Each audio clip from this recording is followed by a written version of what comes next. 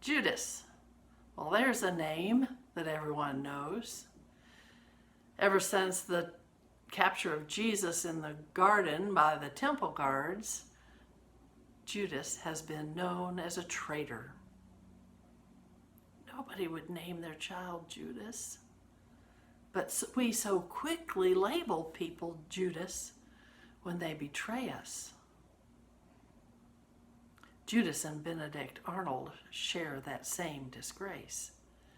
In John's Gospel, Judas is also labeled a thief.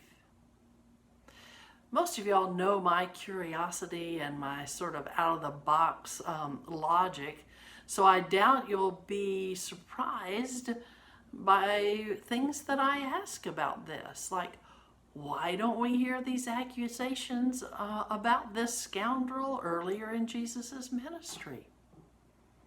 Why are these labels applied only at the very end of the story? Why didn't the other apostles alienate Judas from this group early on? Were they really fooled by his scam? Why would Jesus ask a person of such low reputation to follow him and to be a member of his inner circle? Was Jesus blind to this wolf in sheep's clothing? Or did Jesus make a calculated decision to include Judas? Some Gospels infer, and some early theologians have concluded, that Jesus knew all along that Judas would be the one to take this action of betrayal, and so it was all predestined. Judas had to betray Jesus, and Jesus had to be crucified to satisfy God's requirement for a sacrifice to atone for the sins of all people. Well then, this makes me wonder. It makes me wonder about all this talk of free will.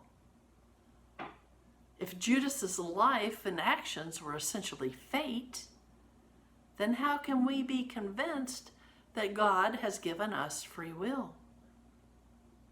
And what about this mean, demanding, heartless God who requires that people kill his own son? So I studied the scriptures about Judas, and I studied what the Reverend John Claypool thought about Judas. Maybe we've missed something. Maybe there is more about this disciple, and maybe there's more about his life, how his life can inform us and shape our faith. Join us this Sunday as we search for more clues about Judas and more clues about the possible deeper meaning to his life. I hope to see you Sunday.